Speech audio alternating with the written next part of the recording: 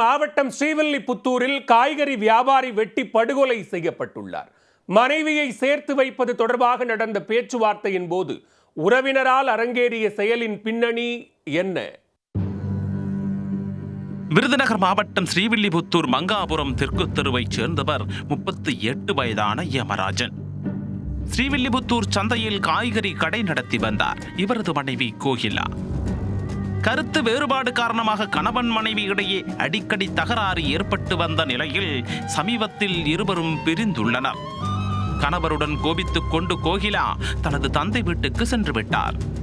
ஐயோ பாவம், இப்படி பிரிந்து விட்டார்களே என ஆதங்கப்பட்ட ஏமராஜனின் அத்தை மகன் பாண்டி கோகிலாவை ஏமராஜனுடன் சேர்த்து வைக்க நினைத்துள்ளார். இருவரையும் சேர்த்து வைப்பது குறித்து சமாதான பேச்சுவார்த்தையில் ஈடுபட்டுள்ளார் பாண்டி. அப்போது அவருடன் ஏமராஜன் கடும் வாக்குவாதம் செய்து தகராறிலும் ஈடுபட்டிருக்கிறார். அதில் ஆத்திரமடைந்த பாண்டி படுபயங்கர சம்பவத்தை அரங்கேற்றியுள்ளார்.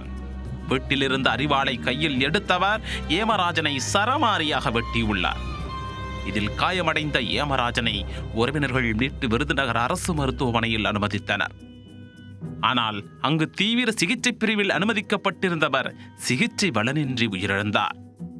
இதையடுத்து கொலை செய்த பாண்டியை ஸ்ரீவில்லிபுத்தூர் நகர் போலீசார் கைது செய்தனர். கணவனை அவரது மனைவியுடன் சேர்த்து வைக்க நடத்திய பேச்சுவார்த்தை கொலையில் முடிந்த சம்பவம் ஸ்ரீவில்லிபுத்தூர் பகுதியில் பெரும் பரபரப்பை ஏற்படுத்தியுள்ளது.